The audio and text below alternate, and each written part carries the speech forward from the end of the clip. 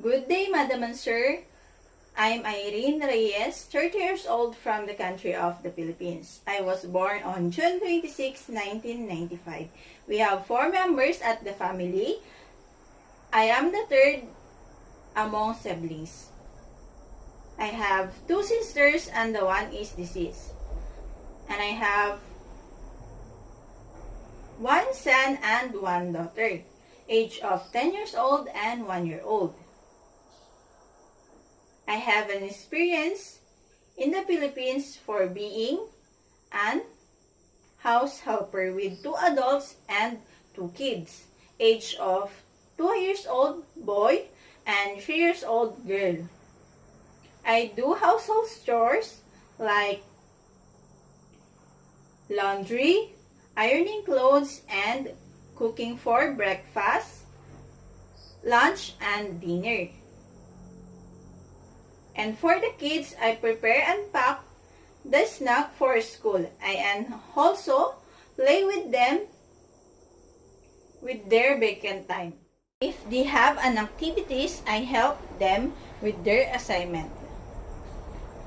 Their safety is my priority all the time. As my child, I experience to take care of newborn baby by bathing them with warm water and mild soap.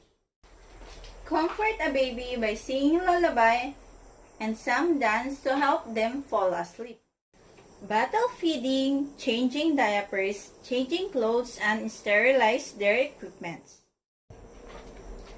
I want to work in Hong Kong to earn some money and support the better future of my family, especially for my kids and for myself as well. For my future employer, you can trust me in everything. I am the kind of person that hardworking and has a long patience.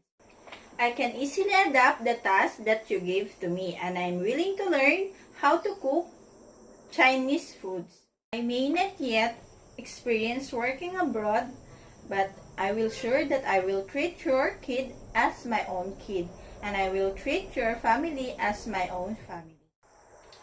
I promise to finish my contract and as long as you need my service. I hope you can choose me as your household helper.